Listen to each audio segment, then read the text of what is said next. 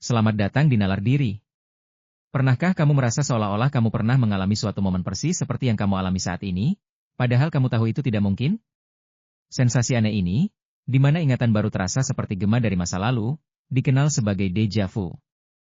Kata déjà vu sendiri berasal dari bahasa Prancis yang berarti sudah pernah melihat. Fenomena ini begitu umum, namun juga begitu misterius, sehingga memicu berbagai spekulasi, mulai dari reinkarnasi hingga kemampuan paranormal. Tapi, benarkah demikian? Atau ada penjelasan ilmiah yang lebih rasional di balik sensasi membingungkan ini? Hari ini, kita akan menyelami dunia déjà vu, mengungkap mengapa otak kita terkadang memainkan trik aneh ini, dan memahami apa yang sebenarnya terjadi saat kita merasakan sensasi familiar yang tidak pada tempatnya.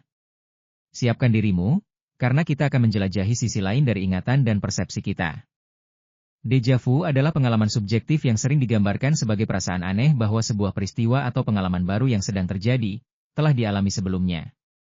Ini bisa terjadi pada berbagai situasi, mulai dari percakapan sederhana, pemandangan baru, hingga aroma yang tercium secara tiba-tiba.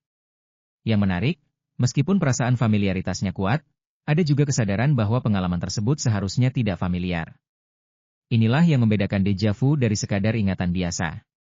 Kita tahu kita belum pernah ke tempat itu, atau belum pernah mendengar percakapan itu sebelumnya, namun sensasinya sangat meyakinkan.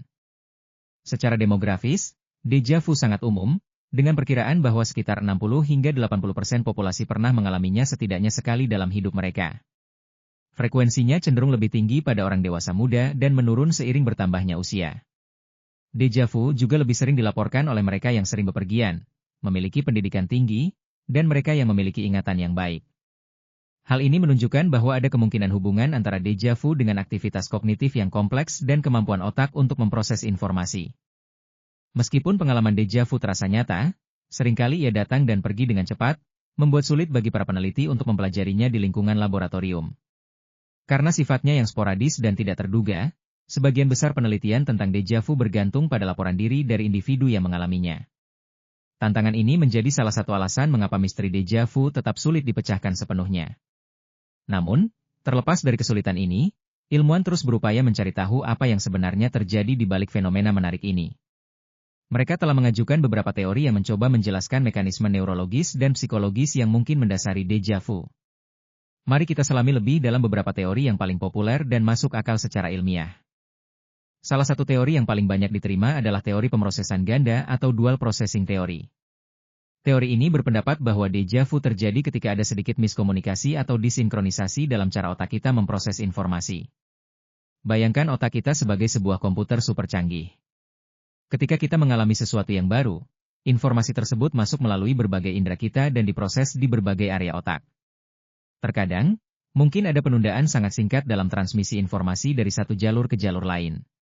Misalnya, informasi visual yang masuk otak mungkin mencapai satu area sedikit lebih cepat daripada yang lain. Ketika informasi yang sama tiba melalui jalur kedua yang sedikit tertunda, otak menafsirkan sensasi tersebut sebagai dua peristiwa terpisah. Yang pertama adalah pengalaman baru, dan yang kedua adalah ingatan yang familiar. Karena waktu penundaannya sangat kecil, kita tidak menyadari penundaan itu sendiri. Tetapi yang kita rasakan adalah kesan, sudah pernah melihat, atau sudah pernah mengalami. Ini seperti menonton video yang sedikit ngelek, di mana ada jeda kecil antara gambar dan suara, membuat kita merasa ada sesuatu yang tidak sinkron. Teori lain yang cukup kuat adalah teori perhatian terbagi atau divided attention theory. Teori ini mengemukakan bahwa déjà vu terjadi ketika kita awalnya melihat sesuatu atau mengalami situasi dalam kondisi perhatian yang terganggu atau tidak penuh. Misalnya, kamu sedang berjalan di sebuah kota baru, dan pandanganmu sempat teralih ke ponsel sebentar. Saat itu, matamu mungkin secara sekilas menangkap detail dari sebuah toko atau bangunan di sekitarmu. Namun karena perhatianmu terbagi, informasi tersebut tidak sepenuhnya diproses secara sadar. Beberapa saat kemudian, ketika kamu kembali melihat ke arah yang sama dengan perhatian penuh, otakmu mengenali detail yang sudah direkam sebelumnya. Namun, karena kamu tidak secara sadar memprosesnya pertama kali, otakmu justru menafsirkannya sebagai ingatan dari pengalaman masa lalu, padahal itu adalah pengalaman yang baru saja terjadi beberapa detik atau menit sebelumnya.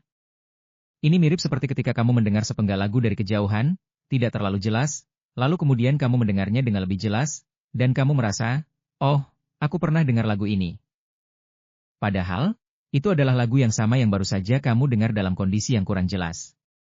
Ada juga teori yang berfokus pada ingatan implisit atau implicit memory. Ingatan implisit adalah jenis ingatan yang tidak disadari, seperti kemampuan mengendarai sepeda atau mengetik.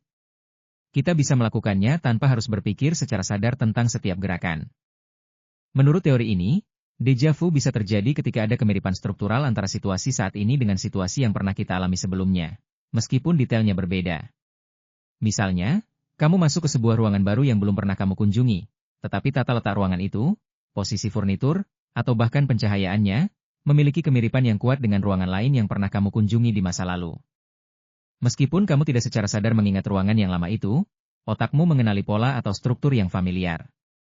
Karena kamu tidak bisa mengidentifikasi secara spesifik dari mana perasaan familiaritas itu berasal, otakmu menginterpretasikannya sebagai déjà vu, yaitu perasaan bahwa kamu sudah pernah berada di sana sebelumnya. Ini menunjukkan betapa cerdiknya otak kita dalam menemukan pola, bahkan ketika kita sendiri tidak menyadarinya. Selain teori-teori tersebut, beberapa penelitian juga mengaitkan déjà vu dengan gangguan kecil pada lobus temporal otak, area yang berperan penting dalam pemrosesan memori dan pengalaman sensorik. Pada beberapa kasus epilepsi lobus temporal, déjà vu bisa menjadi bagian dari aura sebelum kejang. Ini menunjukkan bahwa ada hubungan neurologis yang kuat.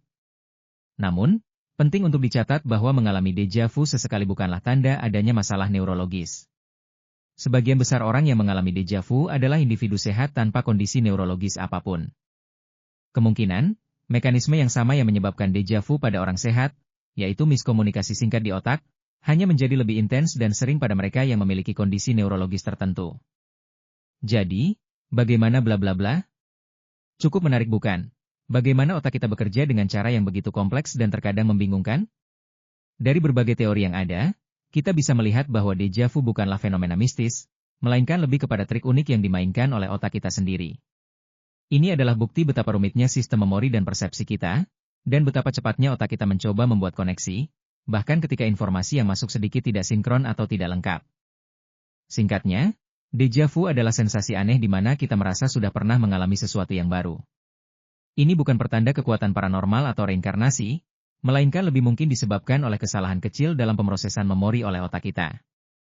Bisa jadi karena informasi yang masuk sedikit tidak sinkron, perhatian kita terbagi saat pertama kali menerima informasi, atau adanya kemiripan struktural antara situasi saat ini dengan ingatan implisit yang tidak kita sadari. Fenomena ini normal dan dialami oleh banyak orang. Jika kamu pernah mengalami déjà vu dan bertanya-tanya apa itu, semoga video ini memberikan sedikit pencerahan. Ini adalah pengingat betapa menakjubkannya otak kita dan bagaimana ia terus bekerja untuk memahami dunia di sekitar kita. Terima kasih sudah menonton video ini sampai akhir. Jangan sungkan untuk berbagi pengalaman déjà vu MU di kolom komentar di bawah. Apakah kamu sering mengalaminya? Dalam situasi seperti apa? Kami penasaran dengan ceritamu.